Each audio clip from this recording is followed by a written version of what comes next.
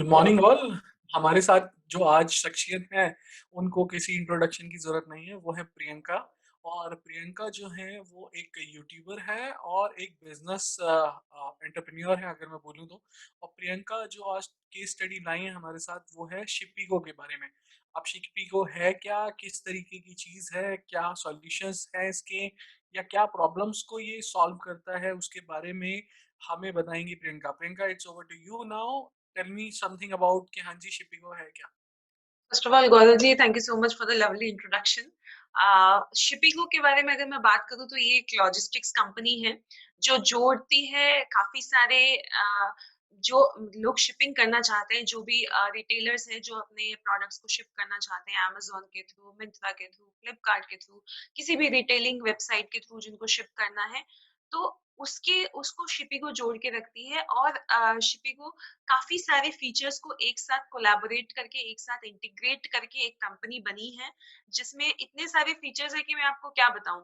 क्योंकि जब भी हम लोग लॉजिस्टिक्स की बात करते थे पहले, तब हम लोग बात करते थे या तो कुरियर सर्विसेज के बारे में, या स्पीड पोस्ट के बारे में, या फिर बात करते थे ट्रांसपोर्टेशन वालों के बारे में। लेकिन शिपिंग को जो है, इन्होंने इन्होंने सारी चीजों को एक साथ क्लब करके अपनी नई कंपनी शुरू की है। तो ये है शिपिंगो का एक basic introduction, Gaurav ji. Okay, तो मेनली शिपिगो एक तरीके से एक लॉजिस्टिक कंपनी है और काफी तरीके के सॉल्यूशंस देती है। जी, बिल्कुल। ये एक इसने क्या कर रखा है, इसने एपीआई इंटीग्रेशन बना के रखा है, जिसके थ्रू ये इतनी सारी चीज़ों को एक साथ में जोड़ के उस चीज़ के सॉल्यूशंस लोगों को प्रोवाइड करती है। जो जो भी इसके क्लाइंट्स हैं, वो इनके एट्रिशन रेट्स बहुत कम है। जो क्लाइंट इनके पास एक बार आ जाता है, वो इनका ही होके रह जाता है, क्योंकि इतने सारे सॉल्यूशंस इतने कम कॉस्ट में प्रोवाइड कराती है शिपिंग। ओके, ठीक है। तो प्रियंका, मुझे इस चीज के बारे में बताएं कि इसकी जो ऑफरिंग है वो कब शुरू हुई, शिपिगो का मतलब शुरुआत कैसे हुई, कौन फाउंडर थे, किस तरीके से उन्होंने इस कंपनी को बनाया, थोड़ा इस बारे में थोड़ी सी डिटेल दें। जी, ये बहुत ही एक थोड़ा-सा फ़िल्मी सा किस्सा है, जैसे हम लोग फ़िल्म्स में देखते हैं कि 2 लोग आपस में बात कर रहे होते हैं अपनी प्रॉब्लम्स के बारे में, उसके बाद अचानक से एक कंपनी का आइडिया आता है, फिर वो कंपनी बन जाती है, फिर बूम हो जाता है। कुछ इसी तरीके की कहानी है शिपिंगो की भी।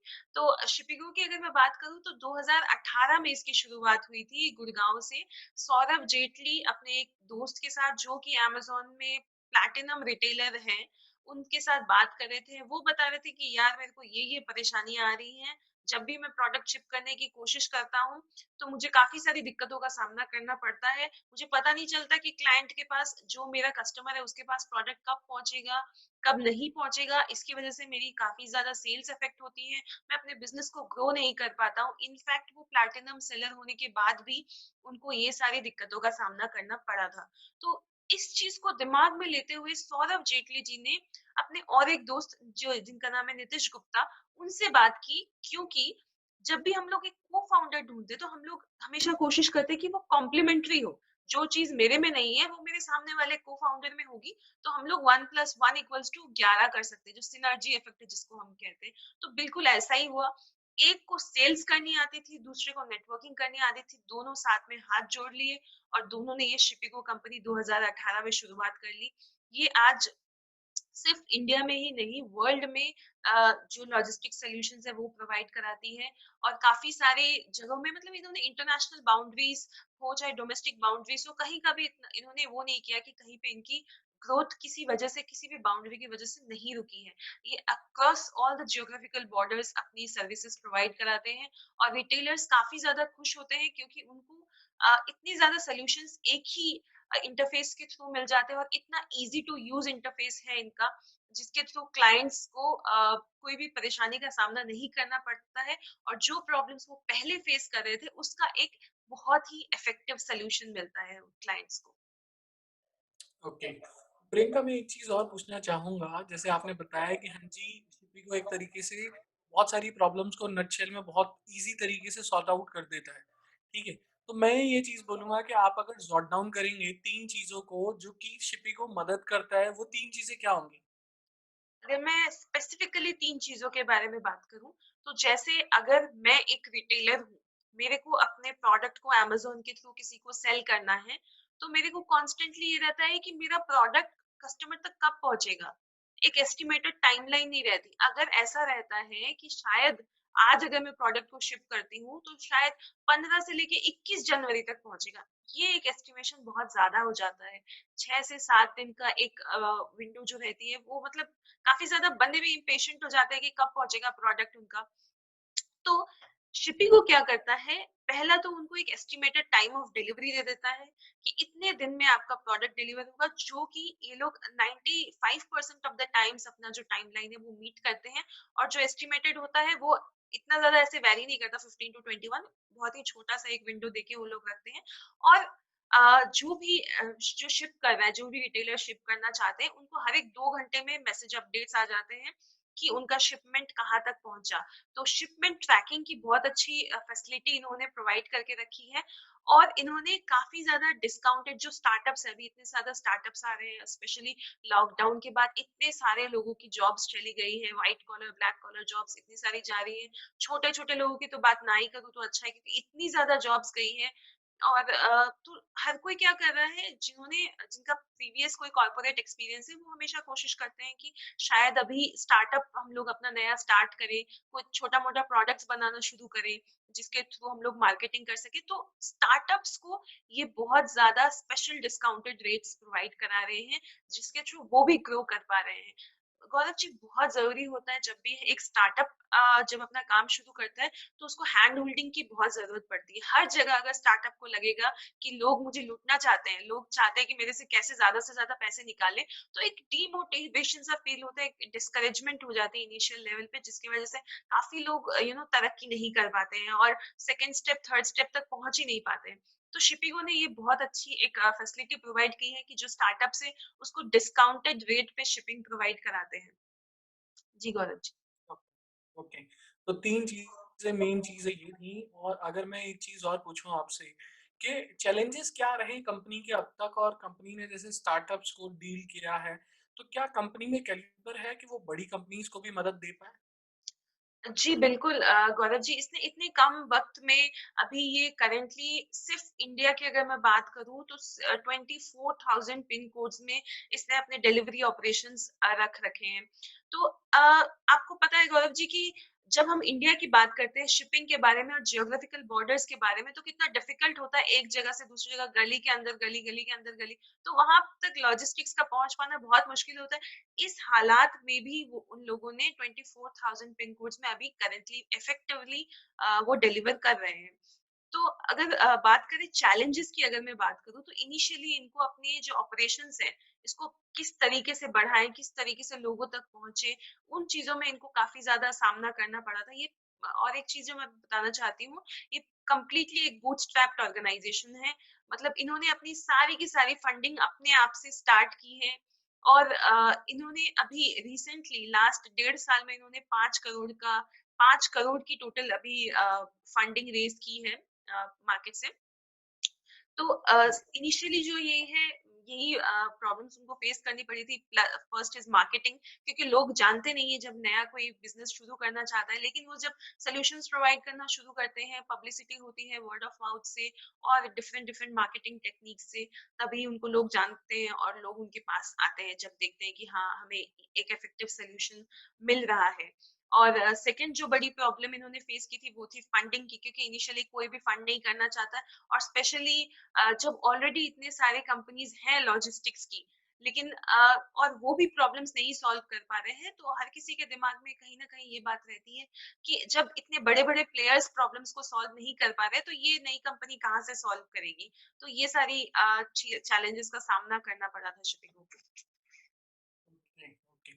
मैं एक चीज़ और बिल्कुल लीक से हट के पूछना चाहूँगा लॉजिस्टिक का जो इंडस्ट्री है, उसका क्या स्कोप है?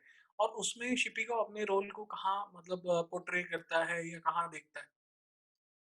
अभी अगर मैं बात करूँ गौरव जी, रिसेंटली एक सर्वे हुई थी इंडियन ब्रांड इक्विटी फाउंडेशन की, जो कि अलग-अलग जो इंडस्ट्री स्टैंडर्ड्स है, अलग-अलग जो इंडस्ट्रीज है, उसके बारे में बताता है कि उसका क्या-क्या स्कोप है। तो उसने अभी उनके सर्वे के अकॉर्डिंग जो स्टैटिस्टिक्स बताते हैं क्लियरली, सिर्फ मैं वही बोलूंगी कि 215 बिलियन डॉलर की जो इंडस्ट्री है लॉजिस्टिक्स, यानी कि नेक्स्ट ईयर तक बाय द एंड ऑफ 2021 ये $215 बिलियन, जो कि बहुत बड़ा अमाउंट है। इतनी बड़ी इंडस्ट्री हो सकती है 2021 तक। और अगर बात करें कि कितना ज़्यादा एम्प्लॉयमेंट प्रोवाइड करे लोगों को, तो अप्रॉक्सिमेटली 4 करोड़ लोगों को ये अभी एम्प्लॉयमेंट प्रोवाइड कर रही है। और ये ऐसी बातें हो रही है कि शायद बाय द एंड ऑफ 2022 की अगर बात करें, बाय द एंड ऑफ 2022 ये एक लार्जेस्ट जॉब क्रिएटर इंडस्ट्री हो सकती है। अभी तो कोविड के चक्कर में काफ़ी ज़्यादा जो है चीज़ें इफ़ेक्ट हो गई हैं। अदरवाइज़ यही प्रेडिक्शंस है कि 2022 तक logistics industry will be the largest employer in India. जी, तो मतलब देखा जाए तो पैंडेमिक का अगर किसी ने फ़ायदा उठाया तो शिपिंग उसमें से एक है। जी बिल्कुल। जी गौरव जी, शिपिंगो ने काफ़ी ज़्यादा इस चीज़ का फ़ायदा उठाया है। और क्योंकि अभी जो है काफ़ी सारी कंपनीज़ ऑपरेट नहीं कर पा रही हैं अपने फुल फ्लेजेड ऑपरेशंस में, तो उसी जगह पे जब कहते हैं कि जब सब सो रहे होते हैं तब अगर आप जाग रहे हो तो आप अच्छा करोगे ही करोगे। तो शिपिंगो ने भी वही किया। जिस टाइम पे कोई नहीं कर रहा था काम, उस टाइम पे शिपिंगो सबसे ज़्यादा काम कर रहा था और उस चीज़ का सबसे ज़्यादा फ़ायदा उठाया है शिपिंगो ने। Okay, okay. मतलब इस तरीके से कॉम्पिटिटर से भी ये बीट कर जाएगा और आगे निकलेगा। बिल्कुल, उम्मीद की जा सकती है। रेवेन्यू और फ्यूचर ग्रोथ क्या प्लानिंग है? कुछ आइडिया है आपको कि हाँ जी, क्या ग्रोथ प्लान लेके चल रहे हैं लोग? और पैंडेमिक में ऑब्वियस सी बात है, एम्प्लॉयमेंट बहुत कम लोग ले पा रहे हैं, दूसरी स्टेट से इस स्टेट में आके। तो अगर देखा जाए तो शिपी को अपनी मतलब रिटेंशन रेट पे कैसे बना हुआ है? किस तरीके से रिक्रूट कर रहा है लोगों को? वो सारी चीज़ें। अगर बात करें, इसने अपना काफ़ी एक डिसेंट मार्जिन रखा है 30 टू 35% का। और जो भी कंपनीज़ को सेल होती है, जो रिटेलर्स वगैरह जो भी इनके साथ जुड़ेंगे, उनकी जो सेल होती है उसका एक 10% एक मार्कअप वो लोग कैलकुलेट करके वो लेने की कोशिश करते हैं कंपनी से। फिर ये वेयर हाउसिंग की भी है कि अपना जो वेयर हाउसिंग इन्होंने खुद बना रखा है। और लोगों को सॉफ्टवेयर सपोर्ट भी दे रहे हैं, इनवॉइसिंग सपोर्ट भी दे रहे हैं। जैसे अगर बात करते हैं कि अगर कोई विलेजर की बात करते हैं जो विलेज में बेस्ड होते हैं, उनको इतनी ज्यादा अपडेशन नहीं होती कि हम इनवॉइस किस तरीके से क्रिएट करें, किस तरीके से उस चीज को अपलोड करें, किस तरीके से लोगों तक बिल को भेजें, तो इतनी आइडियाज नहीं होती है। तो इन्होंने शिपिंगो ने एक वन स्टॉप सोल्यूशन प्रोवाइड कर दिया है कि आप अपना जो प्रोडक्ट है आप स्टोर भी यहाँ कर सकते हो, पैकिंग भी हम करा के दे रहे हैं, इनवॉइस भी हम ही जनरेट कर देंगे, इनवॉइसिंग सॉफ्टवेयर भी आपको दे देंगे। और जो आपका सामान है वो कहाँ से कहाँ तक पहुंच रहा है उसकी अपडेशन भी आपको 2-2 घंटे में हम प्रोवाइड करा देंगे। तो एक रिटेलर होने के नाते मुझे और क्या ही चाहिए होगा। इतनी सारी अगर चीजें मुझे एक ही जगह पे मिल जाती हैं और मेरी सेल्स भी बढ़ रही है, जब हम इफेक्टिवली लोगों को चीजें प्रोवाइड करते हैं और एक इजी टू यूज इंटरफेस देते हैं, तो ऑटोमेटिकली लोगों की भी सेल्स बढ़ रही है। तो जब मेरे साथ यानी कि शिपिंगो के साथ अगर जो लोग जुड़ते जाते हैं उनका भी फायदा हो रहा है, तब ऑटोमेटिकली कंपनी भी ग्रो करती है। तो एक काफी क्लियर विजन है शिपिंगो का। शिपिंगो को अपने आप सिर्फ ग्रो नहीं करना है। It is not the Wolff in the logistics industry. In fact ये चाहता है कि सबको लेके चले।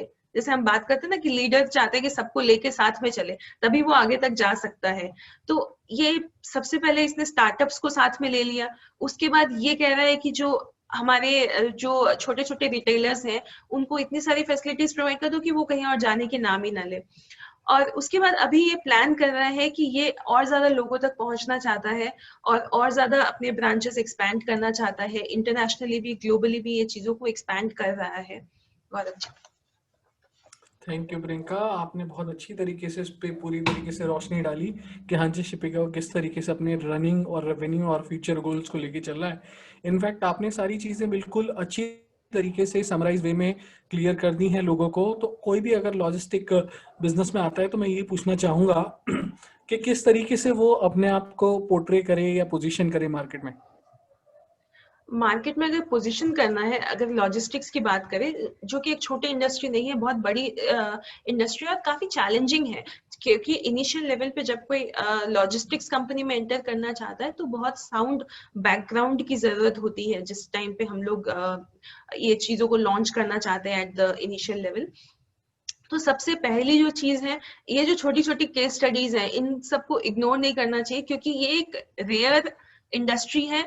बहुत लिमिटेड प्लेयर्स हैं, कोई 1000 डेढ़ हज़ार प्लेयर्स नहीं है मार्केट में, मुश्किल से 50 से 100 प्लेयर्स होंगे मार्केट में लॉजिस्टिक्स इंडस्ट्री में। तो इनकी केस स्टडीज, इनके फ्लॉज, इनके प्रोस एंड कॉन्स को स्टडी करना बहुत बहुत ज्यादा जरूरी है।